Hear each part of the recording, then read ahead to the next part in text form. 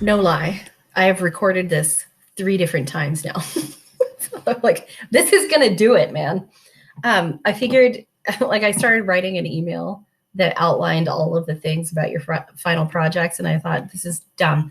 I think the easiest way for me to do this is literally to explain it to you. So here I am, time number 4.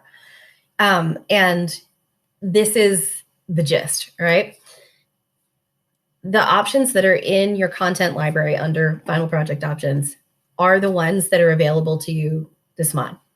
They're the same ones that have been posted really since before the course started, but you choose from one of those. And you can start reading with your project in mind now. I'm going to ask that each of you creates a personal syllabus that is only your project work, so that you break down day by day how much of that project you're going to complete. And I want you to do it. I'm going to send the assignment that has a Word document in it, or possibly a link to your section in OneNote with a chart in it that says like date, and then, work completed, or like work to-do list, something like that. I haven't made it yet, obviously. And then you're going to break it down. So by Wednesday of next week, you're going to have your personal syllabus turned into me. Worked into that breakdown of how you're going to get the work done is 2 separate one-on-one check-ins with me. One at the beginning of your process, one in the middle of the process, just to clarify anything, to help you like stay on track, or to like if you know that there's going to be a part that you want to talk through or that you're going to need help with, by all means, schedule your check-in for that. And then block, like a half hour of my time off. We can work in Teams, we can work via email, we can work however you want to work, in OneNote. It doesn't matter to me. The initial check-ins can be very quick so that we can review your syllabus together. And you can ask whatever questions, or I can ask whatever questions we need to ask at that point. And then that second check-in, you can plan for a little bit more time. It does not have to be like gobs and gobs of time. But you want to think about sort of where your midpoint is. And especially like for seniors, remember that your last day of class is June 2nd. You have to have your project in, otherwise you don't get the grade in English. And for a lot of you, that's going to mean that you don't graduate. So don't play that game. Let those check-ins be like really hard and fast deadlines in your own mind for, when you should have work done. Juniors, I mean, you're 2 days later, so you too, like, get the work done. Some of the project work you'll be doing while you're also reading and completing reading journals and prepping for your Friday salons, and it's just sort of the nature of the beast.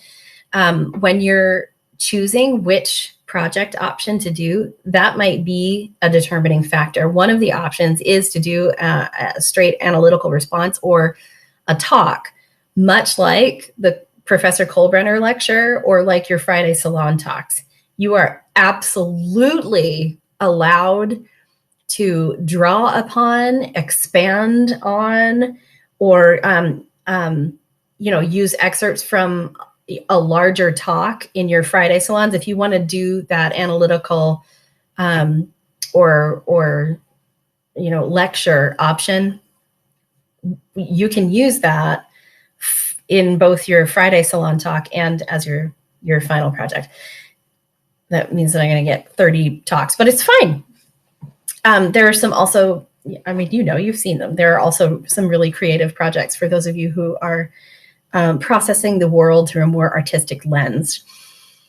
Regardless of what your project is, I'm looking for work that incorporates multiple perspectives, several different readings, that you're doing sort of an expanded job of your reading journals, right? So Mary Shelley's text, like this story, addresses some really big ideas like hierarchy, power structures, power struggles, father-son relationships, mother-child relationships. What does it mean to be a parent? What does it mean to be human? Literally, like what's happening on a biochemical level? What are the implications of scientific advancement in our own society? These are huge. So your project is your answer to the question of what is she saying about this thing, or like, how does this story apply to our current situation, right? They are all meant to be firmly grounded in the reading and using the resources and the materials that I have already given you. So you shouldn't need to do a whole lot of outside research and consult, more source material than you already have, because frankly, I've given you a lot. And there's no way you're going to use all of it in one project. But that is the goal, is that your final project is basically your final word on what you understand about this thing in Mary Shelley's Frankenstein. And that is going to be sort of the lasting impression. No matter what project you decide to do, you do need to turn it. It needs to be created digitally.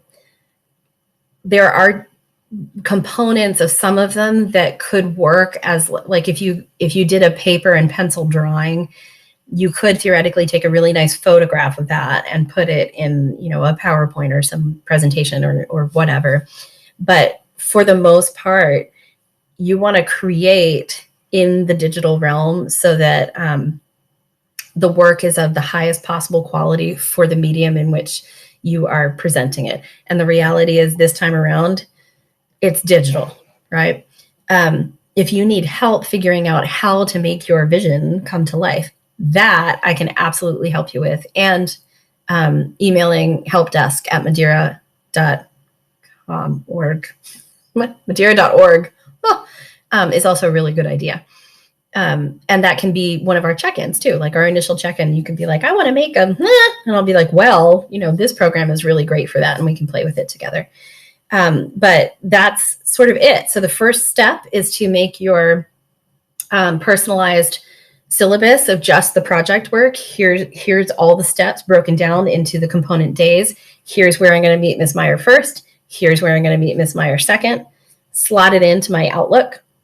And then remember that the ultimate job that you're doing with these projects is presenting like your final thoughts, your cumulative understanding of what Mary Shelley has to say about blah, right? And you're using the resources that we've already covered. Questions, concerns, comments, please let me know. Otherwise, get to it.